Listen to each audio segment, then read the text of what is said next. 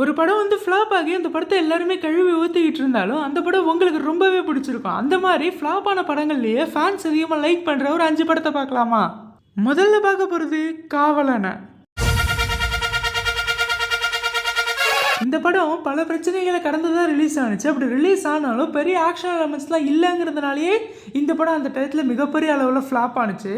என்னதான் இந்த படம் ஒரு மிகப்பெரிய ஃப்ளாப் லிஸ்ட்டில் இருந்தாலும் இதுக்கு இன்னமும் நிறைய ஃபேன்ஸ் இருக்க தான் செய்கிறாங்க. எல்லாருமே எந்த விஜய் உங்களுக்கு திரும்ப வரணும்னு கேட்டால் ஷாஜஹானுக்கு போவாங்க. ஆனால் அவ்வளோ தூரம்லாம் போக தேவையில்ல, காவலன் விஜய் திரும்ப வந்தாலே போதும்னு நான் நினைக்கிறேன்.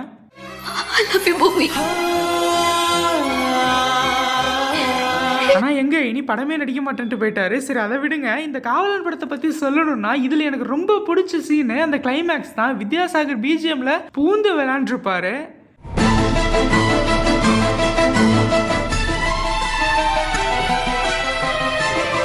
அதுவும் இந்த ஒரு காவலன் படம் பார்த்தீங்கன்னா எல்லா லாங்குவேஜ்லேயுமே வந்திருக்கு. நான் எல்லாத்தோட கிளைமேக்ஸையுமே பார்த்துருக்கேன். அப்படி பார்க்கும்போது எனக்கு அதில் பெஸ்ட்டாக தெரிஞ்சது விஜயோட தான். வித்யாசாகரோட பிஜிஎம்மும் சரி, விஜயோட பெர்ஃபார்மன்ஸும் சரி, பயங்கரமாக இருக்கும்.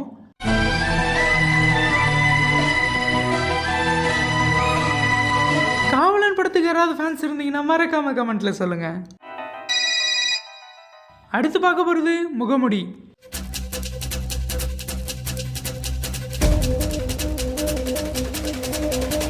லோ பட்ஜெட் பேட்மேன் இன்ன வரைக்குமே இந்த படத்தை போட்டு ஓட்டு தள்ளிட்டு இருக்காங்க. அதுக்கு மெயினான ரீசன் யாருன்னா மிஷ்கின் தான். ஏன்னா அவர் ஒரு இன்டர்வியூவில் என் படம் ரிலீஸ் ஆகிறதுக்கு முன்னாடி இந்த Christopher Nolan rascal dark knight படத்தை ரிலீஸ் பண்ணிட்டான், அதனால என் படத்துக்கு மவுஸ் குறைஞ்சி போச்சுன்னு சொல்லிவிட்டாப்ல. அதில் ரசிகர்கள்லாம் காண்டாகி இன்ன வரைக்குமே இந்த படத்தை போட்டு அடிச்சுக்கிட்டு தான் இருக்காங்க. நான் வந்து ஒரு சூப்பர் ஹீரோ படம் இருக்குன்னு நினைக்கும் போது தான் நோலன் ராஸ்கல் அங்கேருந்து ஒரு படத்தை பண்ணி இங்கே விட்டான். இந்த படம் பார்த்தா எல்லாருக்குமே தெரிஞ்சிருக்கா, அப்படியே பேட்மேனோட சீன்ஸ் எல்லாம் பிச்சு இந்த படத்தில் ஒட்டி வச்சிருப்பாங்கன்னு. என்னதான் இந்த படத்துக்கு ஏகப்பட்ட நெகட்டிவ் இருந்தாலும் எனக்கு இந்த படம் ரொம்ப பிடிக்கும். ஏன்னா இதில் வர டயலாக்ஸாக இருக்கட்டும், சீன்ஸாக இருக்கட்டும், லவ் போர்ஷன்ஸாக இருக்கட்டும், குறிப்பாக சாங்ஸ், அதுலேயும் இந்த ஒரு பிஜிஎம் இன்ன வரைக்குமே மைண்ட் ப்ளோவிங்காக தான் இருக்குது.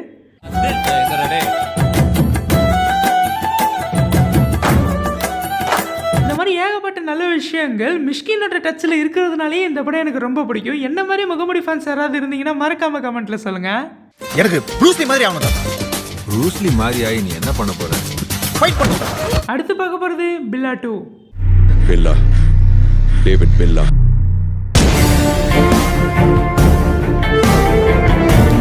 சீரியஸாக இந்த படம் ஏன் ஃப்ளாப் ஆனிச்சுன்னு எனக்கு தெரியல. இந்த தனுஷ் படத்தில் ஒரு டைலாக் வரும்ல, யாருக்கு எப்படியோ எனக்கு ஒன்று ரொம்ப பிடிக்கும்னு சொல்லுவாங்களே, அந்த மாதிரி தான் எனக்கு இந்த படம். உட்காந்து வேலை வாங்குறவனுக்கும் தான் உயிரை பணையம் வச்சு வேலை செய்யறவனுக்கும் நிறைய வித்தியாசம் இருக்கு, ஞாபகம் வச்சுக்க. ஏன்னா ஒரு பக்காவான ஒரு கேங்ஸ்டர் மூவிக்கு தேவையான எல்லாமே இந்த படத்தில் இருக்கும். கிளாமர் சாங்ஸ் முதற்கொண்டு ஒவ்வொரு இடத்துலையுமே டயலாக்ஸ் அவ்வளோ பவர்ஃபுல்லாக அமைஞ்சிருக்கும் இந்த ஒரு பில்லா 2 படத்தில். ஆசை இல்லைன்னாச்சே பசி.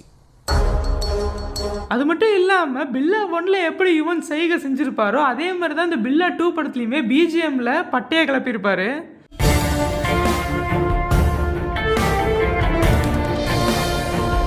ஆனால் இந்த படம் ஒரு மிகப்பெரிய ஃப்ளாப் தான். ஏன்னு எனக்கு தெரியல. என்ன மாதிரி பில்லா 2க்கு யாராவது ஃபேன்ஸ் இருந்தீங்கன்னா மறக்காம கமெண்ட்ல சொல்லுங்க.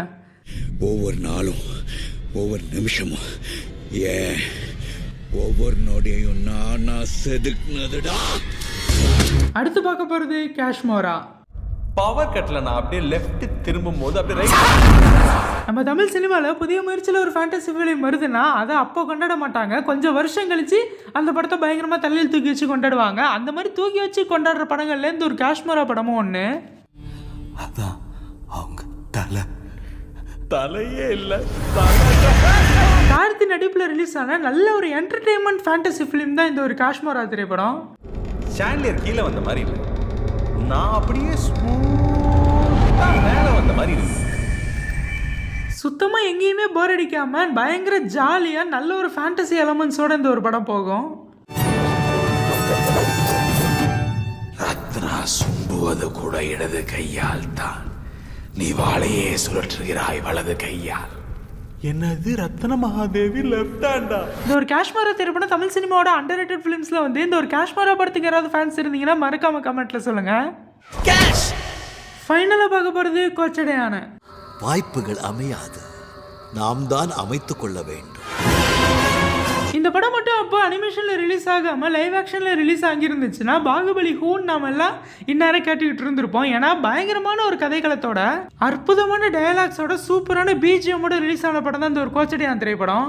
இந்த கோச்சடியான் தன் நாட்டையும் மக்களையும் காக்க பிறந்தவன்.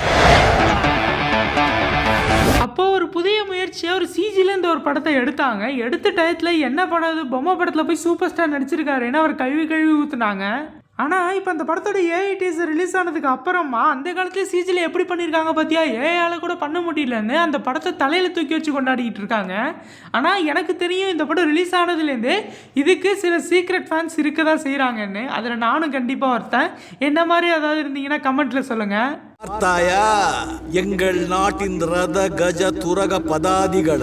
ஓகே, இப்போ நான் ஒரு 5 மூவி சொல்லியிருக்கேன். இந்த 5 மூவியில் உங்களுக்கு எது ரொம்ப பிடிக்குங்கிறதையும், நான் ஏதாவது ஒரு படத்தை மிஸ் பண்ணிட்டேன்னாங்கிறதையும், அதே நேரம் அடுத்து என்ன கண்டென்ட் வேணுங்கிறதையும் மறக்காமல் கமெண்ட்டில் சொல்லிவிட்டு இந்த மாதிரி நிறைய வீடியோஸ் பார்க்குறதுக்கு நம்மளோட சேனலை சப்ஸ்கிரைப் பண்ணிவிடுங்க.